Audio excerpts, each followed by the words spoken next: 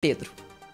Muito bem, Sônia Blota, direto de Paris. Vamos acionar agora o jornalista Guilherme Macalossi, direto de Porto Alegre, com um destaque ainda sobre a tragédia no sul do país. Bom dia, Macalossi. Bom dia, Pedro. Bom dia, Sônia. Bom dia, Thaís. Bom dia, Cláudio Humberto. Aqui em Porto Alegre, um dia em que esperamos estejamos finalmente deixando para trás essa onda de episódios climáticos graves. O ciclone extratropical já está passando em direção ao oceano e deixando, felizmente, para trás o Rio Grande do Sul. E agora o objetivo é reconstruir. Mas nós vamos ter muitos desafios, inclusive um desafio econômico que nós já pontuamos aqui em várias ocasiões.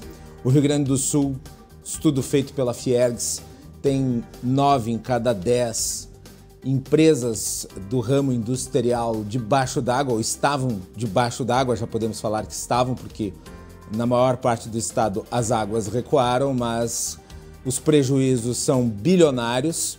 Ao mesmo tempo, milhares de CNPJs foram atingidos.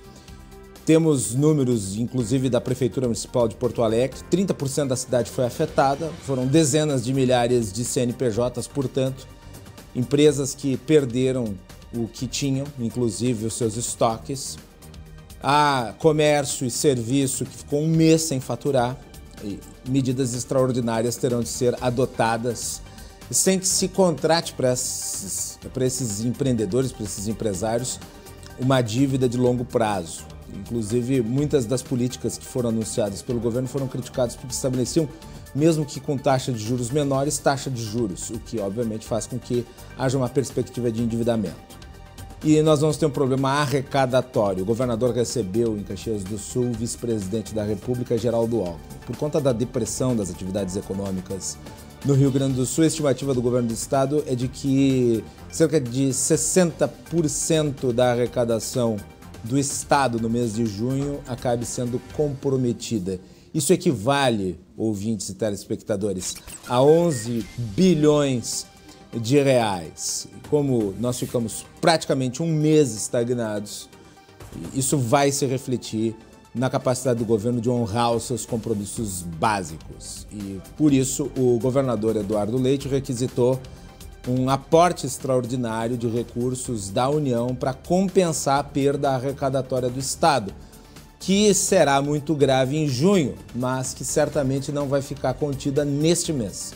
É bem provável que ao longo dos outros meses, julho, agosto, setembro, nós tenhamos um reflexo por conta das chuvas.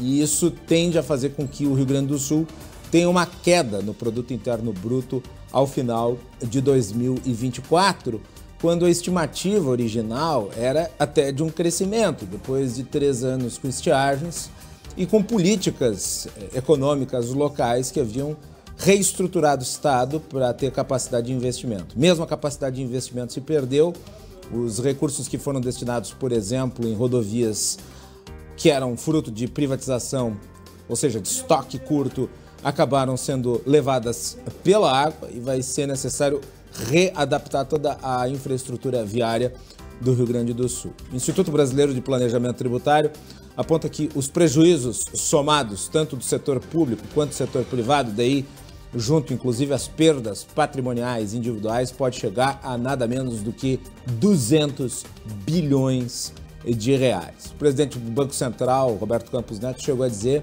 que as perdas no Rio Grande do Sul e a necessidade de investimentos do Estado podem afetar também o desempenho econômico do Brasil, ainda mais se considerarmos a importância do Rio Grande do Sul no contexto do PIB nacional por ser um estado profundamente vinculado ao agronegócio.